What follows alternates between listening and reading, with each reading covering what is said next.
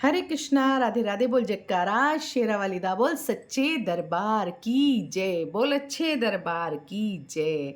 तो देखिए, हमारे सभी पूजा पाठ में कलश स्थापना बहुत ही महत्वपूर्ण होती है। जब भी हम घर में कोई पूजा करते हैं, अनुष्ठान करते हैं, उसमें कलश स्थापना सर्वप्रथम की जाती है। कलश का बहुत ही महत्व होता है पूजा में। बिना कलश स्थापना के हमारे घर की सभी पूजा अधूरी मानी जाती है। तो अगर हम घर में कोई भी पूजा कर रहे हैं, पंडित जी को बुला करके पूजा कर रहे हैं, तो पंडित जी पूर्ण मंत्रोच्चारण के साथ में उस पूजा को संपन्न कराते हैं। लेकिन यदि हम घर में अपने आप ही कलश स्थापना कर रहे हैं, तो उसके भी कुछ नियम होते हैं। उसमें क्या क्या चीज़ें ज़रूरी होती हैं, तो घर में बहुत ही आसान तरीके से हम कलश स्थापना कैसे कर सकते हैं, इस वीडियो में इसी बात पर हम चर्चा करेंगे। तो चलिए देख लेते हैं कि क्या क्या सामग्री की हमें आवश्यकता होती है कलश स्थापना में। तो सबसे पहले देखिए, हमें एक पटरे की आवश्यकता होती है, जिस पर हम जो पूजा करेंगे वो आप देख लीजिए कि आपको यहाँ भगवान विराजमान करने हैं, कलश स्थापना करनी है, अखंड जोत जलानी है, किस तरह से आपको इस पटरे पर क्या क्या चीज़ें चाहिए होती हैं, तो उसी के साइज़ के अकॉर्डिंग हम ये पटरा ले लेंगे। इस पे हम लाल कपड़ा बांध लेंगे। हमें बांध ज़रूर लेना चाहिए, क्योंकि फिर ये खिसकता है। लाल कपड़ा हर पूजा पाठ में बहुत ही शुभ होता है। माता रानी की पूजा में भी हमें लाल कपड़ा बिछाना चाहिए, गणेश जी की पूजा में भी हम लाल कपड़ा बिछा सकते हैं। लेकिन हम अगर विष्णु लक्ष्मी की पूजा कर रहे हैं, तो उसमें हमें पीला कपड़ा बिछाना चाहिए, और नहीं है तो फिर लाल कपड़ा सभी पूजा में शुभ होता है।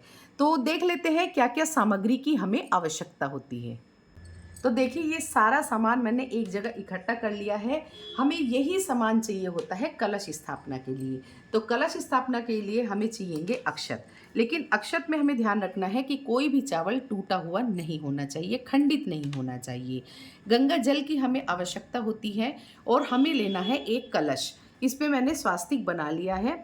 तो कलश आप पीतल का ले सकते हैं, तांबे का ले सकते हैं, या धातु का, सोने चांदी का आप ले सकते हैं, और नहीं तो मिट्टी का सबसे पवित्र होता है, वो ले सकते हैं। और बहुत ही मजबूरी है तभी हमें स्टील का लेना चाहिए। वैसे कोशिश करिए कि आप अवॉइड ही इसको करें। और ये है पूर्ण पात्र जो हम कलश के ऊपर रखेंगे। कुछ हमें आम के पत्ते ले लेने चाहिए, और अगर आम के पत्ते आपको नहीं मिल रहे हैं तो फिर अशोक के पत्ते भी लिए जा सकते हैं, पर सबसे उत्तम आम के पत्ते ही होते हैं। ये हमने थोड़ा सा ले लिया है इत्र, और यहाँ पर देखिए, ये हमने ले लिया है कमलगट्टा, कुशा, एक हमने सिक्का ले लिया है चांदी का, ये ले ली हमने पीली कोड़ी, थोड़ी सी दुर्वा घास, हल्दी की एक गांठ, और ये ले ली हमने सुपारी, और एक लौंग का जोड़ा, और ये है चुनरी। साथ में हमने थोड़ा चंदन और हल्दी ले लिया है। आप हल्दी नहीं है तो फिर हल्दी पाउडर भी आप ले सकते हैं, और थोड़ा सा ले लिया है हमने कलावा। बस इसी चीज़ की हमें आवश्यकता होती है। तो सबसे पहले हम बना लेते हैं अष्टदल कमल। तो अष्टदल कमल बनाने के लिए बहुत तरह से अष्टदल कमल बनाया जाता है। तो रंगीन चावल करके भी अष्टदल कमल बनाया जाता है, बहुत तरीके से बनाया जाता है।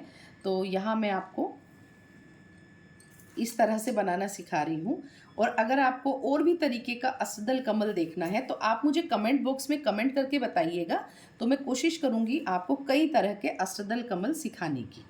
तो जब भी आप कोई पूजा पाठ कर रहे हो, तो उस समय पर आपको ओम नमो भगवते वासुदेवाय इस मंत्र का अधिक से अधिक जाप करना चाहिए। माता की चौकी लगा रहे हैं तो आपको पाठ करना चाहिए, सर्वमंगल मांगल्ये शिवे सर्वार्ध साधिके शरण्ये त्र्यंबके गौरी नारायणिनी नमस्तुते। गजानन गणपति की चौकी लगा रहे हैं तो ओम गंग गणपते नमः, ओम गंग गणपते नमः, इस मंत्र का आपको जाप करना चाहिए। और अगर आपसे कुछ भी नहीं आता है तो फिर आपको ऐसे जाप करना चाहिए, जय माता दी, जय माता दी, जय माता दी, जय माता दी, जय गजानन गणपति भगवान की, विष्णु लक्ष्मी की जय हो। इस तरह से आपको जाप करना चाहिए। तो देखिए, अष्टदल कमल तो क्यों कहते हैं इसको, क्योंकि इसमें 8 पत्तियां होती हैं, और ये हमारी पूजा पाठ में बहुत ही शुभ माना जाता है। इस तरह से हम अष्टदल कमल बना लेते हैं। और उसके बाद में हमें सर्वप्रथम इस पर कलश की स्थापना करनी होती है। पर एक चीज़ का हमें विशेष तौर पर ध्यान रखना चाहिए कि हमें पहले से ही रेडी करके उसके बाद अष्टदल कमल पे यहाँ पर नहीं रखना है। पहले इसको स्थापित किया जाता है, उसके बाद ही इसमें सारी सामग्री डाली जाती है और ना ही इसको भर के रखना चाहिए, क्योंकि इस कलश को स्थापित करने के बाद सर्वप्रथम इसमें गंगा जल जाएगा। तो हम इसको स्थापित करते हैं और हम इसमें मंत्रोच्चारण ज़रूर करना चाहिए। आप जय माता दी, ओम वम वरुणाय नमः, ओम सर्वमंगल मांगल्ये शिवे सर्वार्थ साधिके शरण्ये त्र्यंबके गौरी नारायणी नमस्तुते। इस तरह के मंत्रों का आप जाप कर सकते हैं। माँ लक्ष्मी, माँ विष्णु, इस तरह के मंत्रों का आप जाप कर सकते हैं। तो सर्वप्रथम हम गंगा जल इसमें डाल देते हैं। ओम वम वरुणाय नमः। अब इसके बाद हमें इसमें जल भरना है। ओम वम वरुणाय नमः, ओम वम वरुणाय नमः। इस तरह से हमें यहाँ पर जल भरना है। ओम चंदनम समर्पयामि। तो इस तरह से जो भी चीज़ आप समर्पित करते जाएंगे उसको आपको बोलना है, ओम चंदनम समर्पयामि। अब आपको कलश में सप्तधान डालने हैं। अगर सप्तधान नहीं है तो फिर आप यहाँ पर अक्षत डाल सकते हैं। ओम अक्षतम समर्पयामि। इसके बाद में हमें कलश में सर्व औषधि डालनी होती है। आपको आसानी से पंसारी के यहाँ पर ये मिल जाएगा, और अगर आपके पास सर्व औषधि नहीं है तो फिर हल्दी की गांठ आप डाल सकते हैं। ओम सर्व औषधि समर्पयामि। अब हम इसमें दूर्वा डालेंगे। ओम दूर्वा समर्पयामि।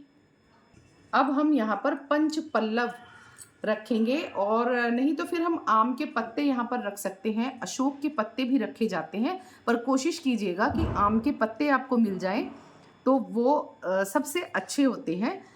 अब हम कुशा इसमें समर्पित करते हैं। ओम कुशा समर्पयामि।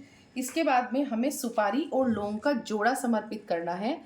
तो इस तरह से हमें सुपारी और लौंग का जोड़ा यहाँ पर समर्पित करना चाहिए। इसके बाद में हमें कलश में पंचरत्न समर्पित करने होते हैं, लेकिन पंचरत्न आजकल पॉसिबल नहीं होते हैं और वो ओरिजिनल भी नहीं मिलते हैं। तो इसलिए हम यहाँ पर एक चांदी का सिक्का डाल देते हैं, इसमें समर्पित करते हैं। तो ये भी इसी पंचरत्न के बराबर ही काम करता है। तो ओम पंचरत्नम समर्पयामि। अब इसके बाद में हम यहाँ पर मोली, अपने कलश के मुख पर हमें मोली बांधनी है, लेकिन मोली इतनी बड़ी होनी चाहिए कि जब हम इसका विसर्जन करें उसके बाद में ये मोली हम अपने घर के सदस्यों के हाथ पर बांध सके, क्योंकि ये रक्षा सूत्र बन जाता है और ये बहुत ही पवित्र हो जाता है, मंत्रों से अभिमंत्रित हो जाता है पूजा के बाद में।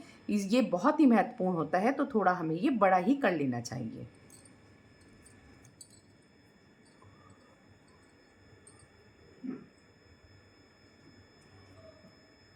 हमें मंत्रोच्चारण जरूर करना चाहिए। हम जिस भी पूजा के लिए कलश स्थापना करने, मंत्रोच्चारण अवश्य ही हमें करना चाहिए।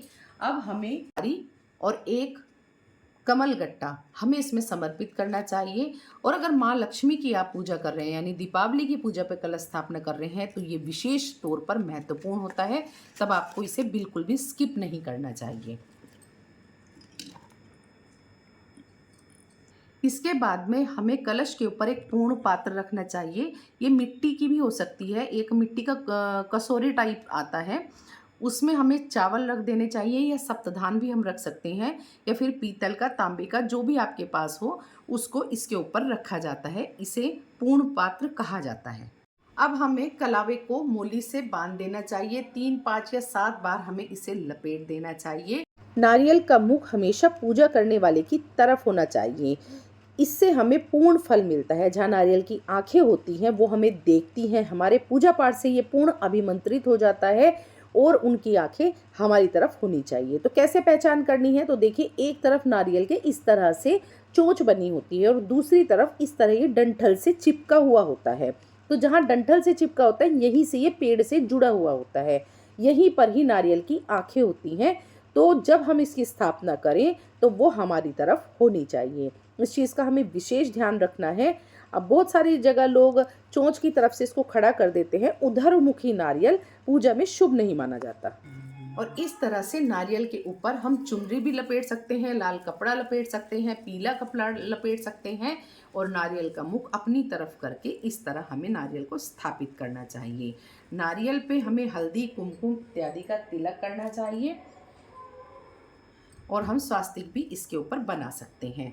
इस तरह से हम पुष्प भी मंगल कलश को समर्पित कर देते हैं। ओम पुष्पम समर्पयामि। तो इस तरह से भी हम समर्पित कर सकते हैं पुष्प, और हम इस तरह से भी समर्पित कर सकते हैं।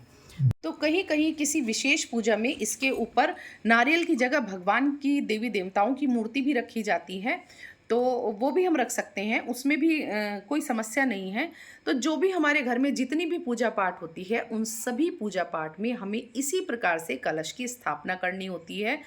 चाहे वो दीपावली की पूजा हो या फिर तुलसी विवाह की हो, नवरात्रि की हो, या घर में आपके हवन कीर्तन वगैरह जो भी है, तब भी इसी तरह से नारियल की स्थापना की जाती है। और अगर पंडित जी से पूजा करवाते हैं तो पंडित जी तो स्वयं ही इस तरह से नारियल की स्थापना कर देते हैं। और जब भी आप अपने घर में पूजा पाठ करते हैं, उस समय पर आपको धूप दीप इस कलश को भी दिखाना चाहिए। यानी कि जब भी हम भगवान की पूजा अर्चना वंदना करते हैं तो कलश की भी पूजा अर्चना वंदना की जाती है। और सभी तरह से वस्त्रम समर्पयामि, पुष्पम समर्पयामि, धूप दीप नैवेद्य फलम समर्पयामि, इस तरह से सभी चीज़ें मंगल कलश को भी समर्पित की जाती हैं। तो जी, मैंने आपको बहुत ही आसान तरीके से घर में कलश की स्थापना कैसे करनी है, आपको पूरी तरह से इसमें जानकारी दे दी है। और अगर आपको ये कलश स्थापना का वीडियो पसंद आया है तो ज़रूर से लाइक कमेंट शेयर कीजिएगा। चैनल में नए हैं तो चैनल को सब्सक्राइब कीजिएगा। मिलते हैं नई वीडियो के साथ, तब तक के लिए जय श्री राधे, जय माता दी।